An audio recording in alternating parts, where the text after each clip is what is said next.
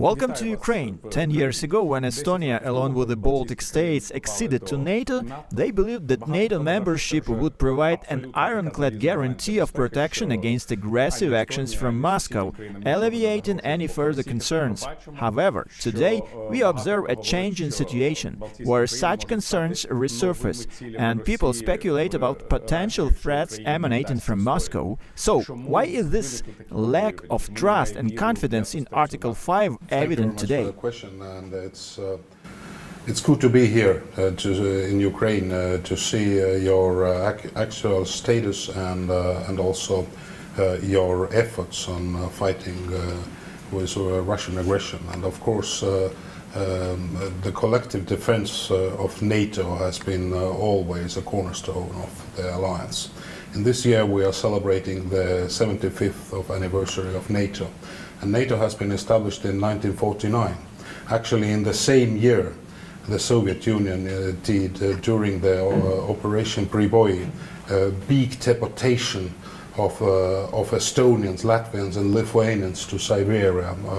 Approximately more than 20,000 of Estonians has been deported during the same time when NATO has been established to Siberia, and a lot of them were women and kids.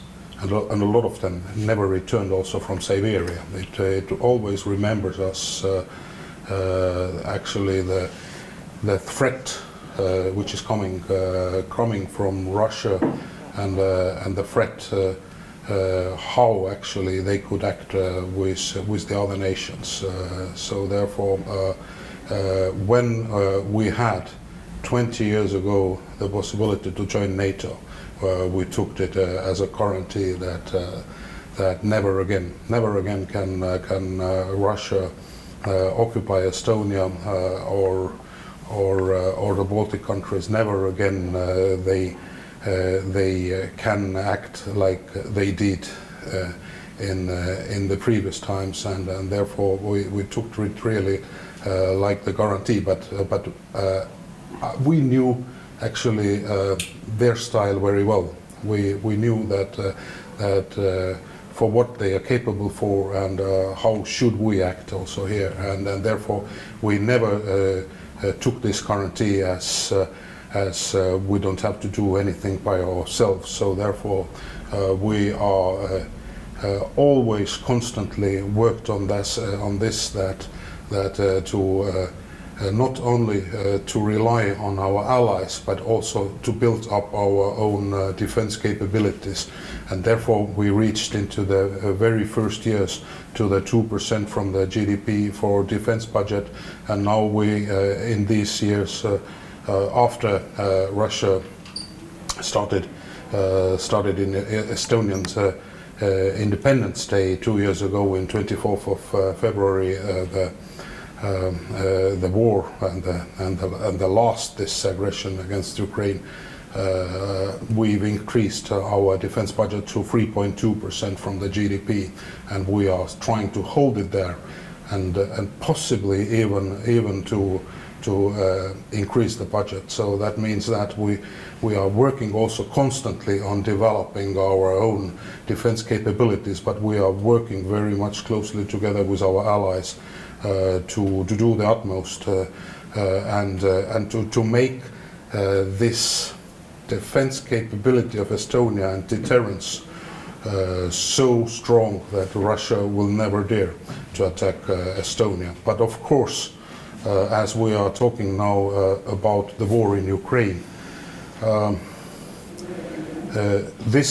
what is happening here is vital. Actually, this is not the question only of